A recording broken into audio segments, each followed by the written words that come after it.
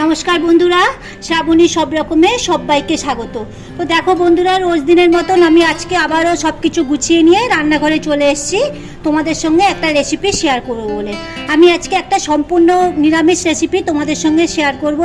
এটা তোমরা গরম ভাত, লুচি, পরোটা, রুটি সব কিছুর সঙ্গেই খেতে পারো, একদম অসাধারণ লাগবে। তো আমি আজকে তোমাদের সঙ্গে শেয়ার করব বেগুন বাসন্তী। তো দেখো, আমি এই জন্য এরম সাইজের বেগুন নিয়েছি, এরম লম্বা লম্বা বেগুন নিয়েছি, মধ্যখান থেকে চেলা করে নিয়েছি। তোমরা চাইলে যদি এরকম না পাও, যেমন ইচ্ছা বেগুন নিতে পারো। তো দেখো আমি কেমনভাবে করছি। তো আমি বেগুনটাকে ভালো করে হলুদ আর নুন দিয়ে ভালো করে মিশিয়ে নিচ্ছি। আগে হাফ চামচ হলুদ দিলাম আর হাফ চামচ পরিমাণে নুন দিলাম। নুন দিয়ে বেগুনটাকে আমি ভালো করে মিশিয়ে নেব। ভালো করে এইভাবে চারদিকে সব বেগুনগুলো সামনে উল্টে পাল্টে ভালো করে নুন হলুদটা দিয়ে মিশিয়ে নেব। তো দেখো বন্ধুরা, বেগুনটা আমি নুন হলুদ মিশিয়ে নিয়েছি। আর কড়াই এখানে আমি সরষের তেল বসিয়ে দিয়েছি। তেল গরম হয়ে গেছে। এবার তেলের মধ্যে বেগুনগুলো আমি একে একে সব ভেজে নেব।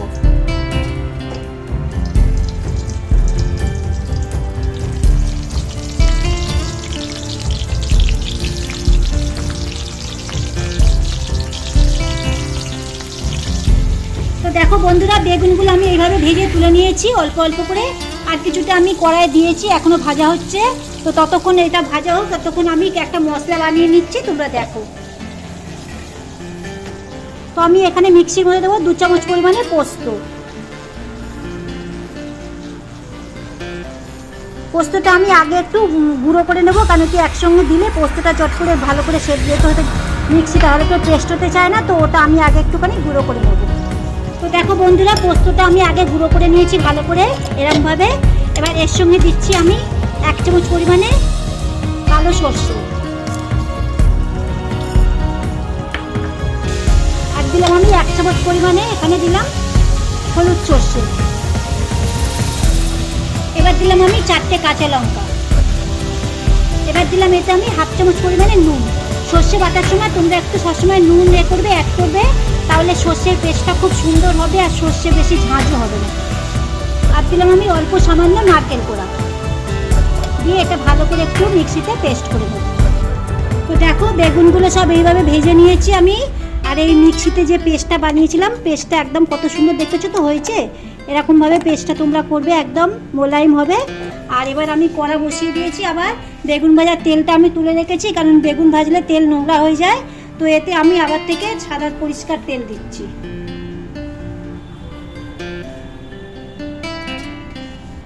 তো দেখো, কড়ায় সর্ষের তেল দিয়ে দিয়েছি, তেল গরম হয়ে গেছে। তেলে এবার দিলাম আমি অল্প হাফ চামচ পরিমাণে কালো জিরে, দিলাম একটা তেজপাতা, আর দিলাম 4টে কাঁচা লঙ্কা। ঝালটা নুনটা তোমরা সবসময় তোমাদের আন্দাজ মতন দেবে। তো দেখো, মিক্সির মধ্যে যে মশলাটা আমি পিষে রেখেছি, সেই মশলাটা আমি এবার এই তেলের মধ্যে দিয়ে দেবো।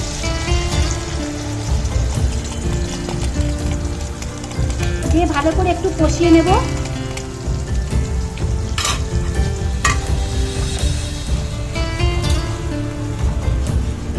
তো মশলাটা ভালো করে আমি কষে নিয়েছি। এবার দিলাম আমি অল্প হাফ চামচ পরিমাণে নুন, হলুদ। আর দিলাম আমি একদম অল্প সামান্য নুন, কেন কি আমি সর্ষেটা বাটার সময় অল্প নুন দিয়েছিলাম বলে অল্প দিলাম নুন। আর দিলাম আমি একদম সামান্য পরিমাণে কাশ্মীরি লঙ্কার গুঁড়ো, ওটা শুধু লাল হওয়ার জন্য। এবার আমি আগে থেকে নারকেল এখানে মেতে গরম জলে ভিজিয়ে রেখেছিলাম, এটা অল্প সামান্য 1 কাপ পরিমাণে নারকেলের দুধ আমি এর মধ্যে দিয়ে দিচ্ছি।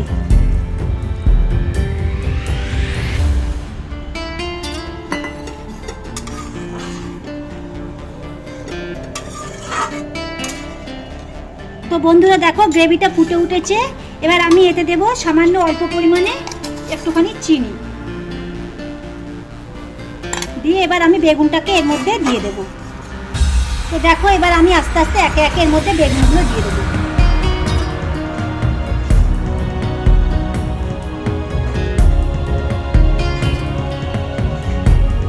তো দেখো বন্ধুরা, বেগুনগুলো আমি গ্রেভির মধ্যে দিয়ে দিয়েছি। এটা একটু 2 মিনিট মতন আমি ফুটতে দেবো। তারপর আমার বেগুন বাসন্তী রেডি। তারপর আমি পরিবেশন করে তোমাদেরকে আমি দেখাচ্ছি।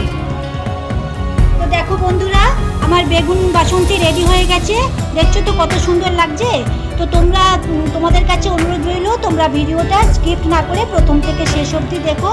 আর দেখতে দেখতে যদি ভালো লাগে তাহলে একটা লাইক অবশ্যই করো, শেয়ার করো নিজেদের বন্ধুদের মধ্যে, আর কমেন্ট করে আমাকে অবশ্যই জানিও আমার এই বেগুন বাসন্তী রেসিপিটা তোমাদের কেমন লাগলো।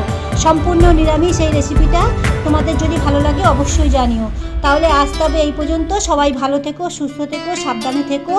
আর যারা আমার ভিডিওটা দেখছো দেশ থেকে বা দেশের বাইরে থেকে যেখান থেকে দেখছো তাদের সবাইকে আমি ধন্যবাদ জানিয়ে শেষ করছি।